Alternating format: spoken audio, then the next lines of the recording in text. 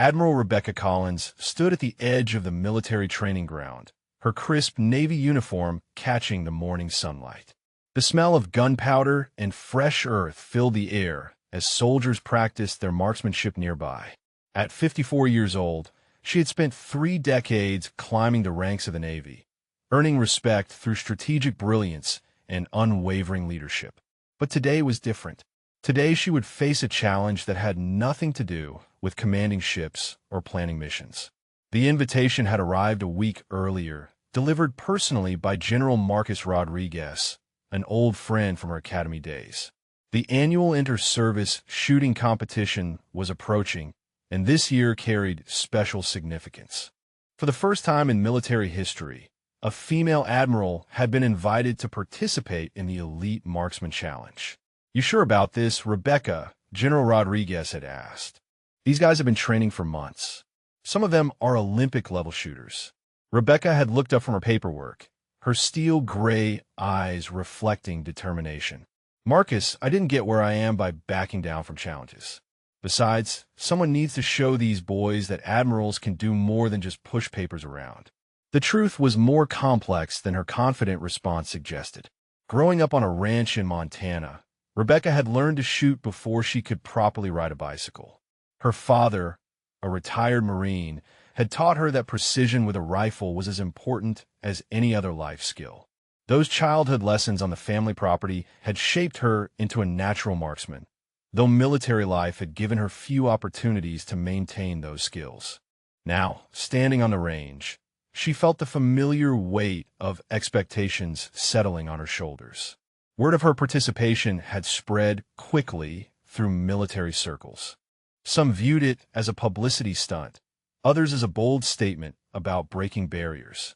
Rebecca saw it simply as an opportunity to prove that leadership and marksmanship could coexist in one person. The range master, a gruff sergeant with 20 years of experience, approached with a clipboard and a skeptical expression. "Ma'am, we have you scheduled for the precision rifle event. The weapon today is the M82 Barrett 50 caliber sniper rifle. Are you familiar with this particular firearm?" Rebecca nodded. Though her last experience with the Barrett had been during advanced training 15 years earlier, the M82 was a formidable weapon, weighing nearly 30 pounds and capable of engaging targets at extreme distances. Its 50 caliber rounds could disable vehicles and penetrate heavy cover, making it a favorite among military snipers worldwide.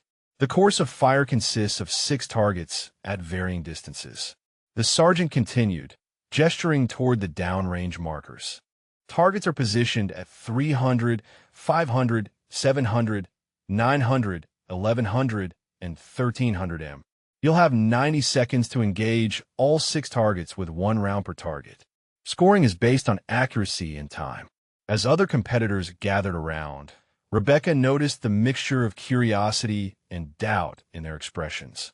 Colonel James Harrison, a renowned Army sniper, offered a polite nod, but his smirk suggested he viewed her participation as entertainment. Captain Rodriguez from the Marine Corps seemed more respectful, having heard stories of Rebecca's unconventional background. The crowd grew larger as word spread about the female admiral's participation. Junior officers positioned themselves for a clear view, while senior commanders observed from a distance. The atmosphere buzzed with whispered conversations and barely concealed bets on the outcome. Rebecca requested time to familiarize herself with the rifle, a standard courtesy extended to all participants. She lifted the Barrett, feeling its substantial weight and checking the scope alignment. The weapon's bipod legs extended smoothly, and she tested the trigger pull, noting its crisp breakpoint. Everything felt solid and properly maintained. "Take your time, Admiral," called out Major Thompson, another competitor known for his exceptional long-range shooting. No shame in getting comfortable with the equipment. His tone carried just enough condescension to sharpen Rebecca's focus. She had encountered similar attitudes throughout her career, from junior officers who questioned her technical knowledge to foreign counterparts who underestimated her strategic thinking. Each instance had taught her the same lesson. Action spoke louder than words, and performance silenced critics better than arguments. The spotting scope revealed the 6 targets clearly. Each was a standard military silhouette, roughly human-sized and painted bright orange for visibility. The distances were marked by range flags fluttering in the light breeze, which would affect bullet trajectory at the longer ranges. Rebecca studied the wind patterns, noting how the flags moved differently at various distances. "Whenever you're ready, ma'am," the range master announced, his stopwatch ready. Rebecca settled into the prone position behind the Barrett, her body forming a stable shooting platform. The rifle stock nestled comfortably against her shoulder despite its size. She adjusted the bipod legs for optimal height and checked her sight picture through the powerful scope. The first target, located at 300 m, appeared crisp and clear in the crosshairs. Her breathing slowed naturally as she entered the focused state she remembered from her youth. The surrounding chatter faded into background noise as her world narrowed to the view through the scope. 30 years of military service had taught her to compartmentalize distractions. "Commence firing," the range master called out, starting a stopwatch. The first shot would set the tone for everything that followed. Rebecca's finger found the trigger as she aligned the crosshairs on the nearest target center mass. The Barrett's thunderous report echoed across the range as Rebecca fired her first round. The massive rifle bucked against her shoulder, but her grip remained steady. Through the scope, she watched the bullet strike the 300-meter target dead center, sending a visible puff of dust from the backstop behind it.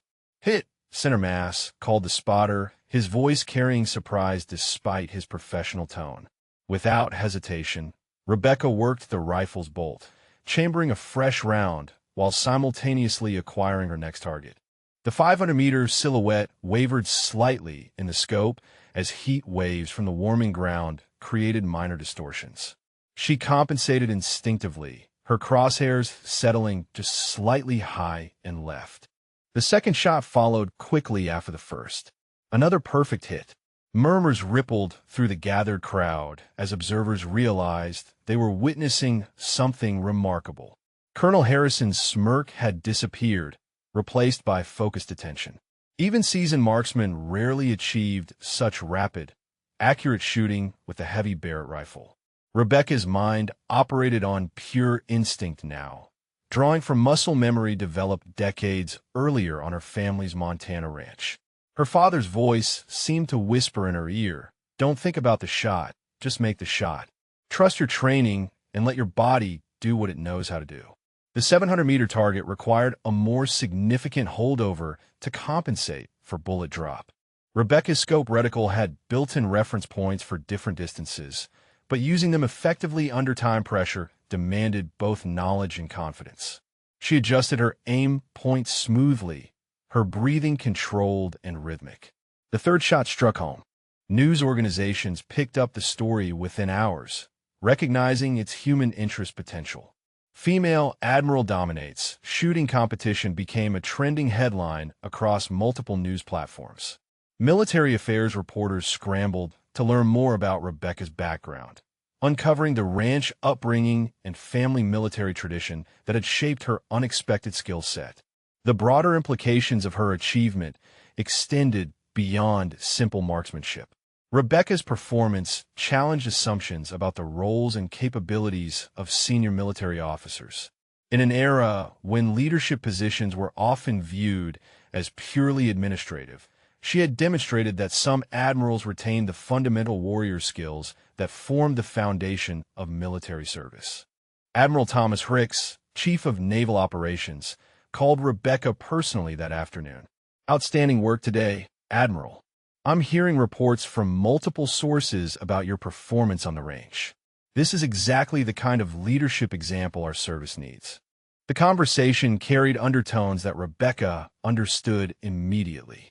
Her achievement would likely be leveraged for recruitment and public relations purposes, demonstrating that Navy leadership remained connected to core military skills. She accepted this reality as part of her broader responsibilities, though she hoped the attention wouldn't overshadow her primary duties. Evening brought a stream of congratulations from colleagues around the world. Former subordinates, academy classmates, and foreign military counterparts reached out to acknowledge her remarkable performance. Each message reinforced how rapidly news of her shooting had spread through international military networks. Rebecca's aide delivered a stack of interview requests from military journals and mainstream media outlets. The story had captured public imagination in ways that typical military news rarely achieved. Her combination of senior leadership position and unexpected marksmanship created a narrative that appealed to broad audiences. Schedule the interviews carefully, Rebecca instructed her aide.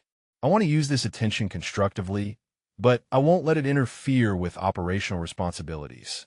And make sure any photographer understands that this uniform represents more than just one person's achievement. Years later, when Rebecca had retired from the Army as a four-star admiral, her own chest bore decorations for excellence in leadership, strategy, and mentorship. She never received another marksmanship medal, never led dramatic shooting demonstrations, never made headlines for her rifle skills again, but she had touched the lives of thousands of officers, had ensured that America's senior leaders maintained connection to fundamental military skills, and had kept alive the understanding that leadership meant competence at every level of military service. The most surprising aspect of this entire experience, Rebecca reflected, has been learning that skills you think you've lost often remain more accessible than you expect. Excellence requires courage to perform when performance matters, regardless of assumptions others might hold. 3 for 3, the spotter announced, his earlier skepticism now replaced by growing excitement. Time elapsed, 22 seconds. General Rodriguez found himself leaning forward unconsciously, caught up in the drama unfolding before him. He had known Rebecca since their academy days, had watched her excel in every challenge the military threw at her. But this display of marksmanship was revealing a side of his old friend he had never seen. Rebecca transitioned to the 900-meter target, the most challenging distance she had attempted so far. At this range, environmental factors became critically important. Wind speed and direction, temperature, humidity, and even barometric pressure could affect bullet flight. The Barrett's powerful .50 caliber round was less susceptible to these influences than smaller calibers, but they still mattered. She studied the wind flags briefly, noting how they hung limp near the firing line, but fluttered more actively at mid-range.